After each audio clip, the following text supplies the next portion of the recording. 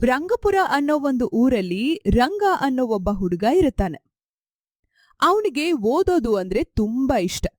ಅವನು ಎಂಜಿನಿಯರಿಂಗ್ ಮುಗಿಸಿ ಕೆಲಸ ಮಾಡೋಕೆ ಅಂತ ಬೆಂಗಳೂರಿಗೆ ಬರ್ತಾನೆ. ರಂಗನಿಗೆ ದೇವಭೂತಗಳ ಮೇಲೆ ನಂಬಿಕೆ ಇರಲ್ಲ. ಬೆಂಗಳೂರಿಗೆ ಬಂದ ನಂತರ ರಂಗ ತುಂಬಾ ಮನೆಗಳನ್ನ ಹುಡುಕುತ್ತಾನೆ. ಅವನಿಗೆ ಬಾಡಿಗೆ ಕಡಿಮೆ ಇರಬೇಕು.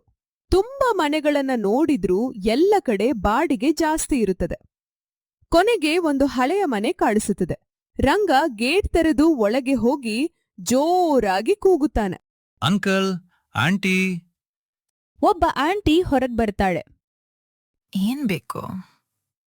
ಆಂಟಿ, ಮನೆ ಬಾಡಿಗೆಗಿದೆ ಅಂತ ಹೇಳಿದ್ರು, ಅದಕ್ ಬಂದೆ. ಹೌದು, ಮನೆ ಬಾಡಿಗೆಗೆ ಇದೆ.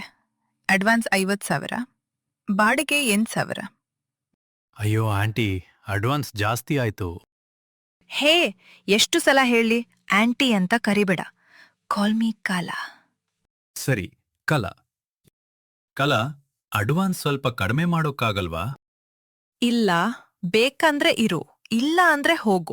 ಅಷ್ಟರಲ್ಲಿ ಕಲಾ ಮಗಳು ಹೊರಗ್ ಬರ್ತಾಳೆ. ರಂಗ ಅವಳನ್ನು ನೋಡಿ ಮಂತ್ರಮುಗ್ಧನಾಗ್ತಾನೆ.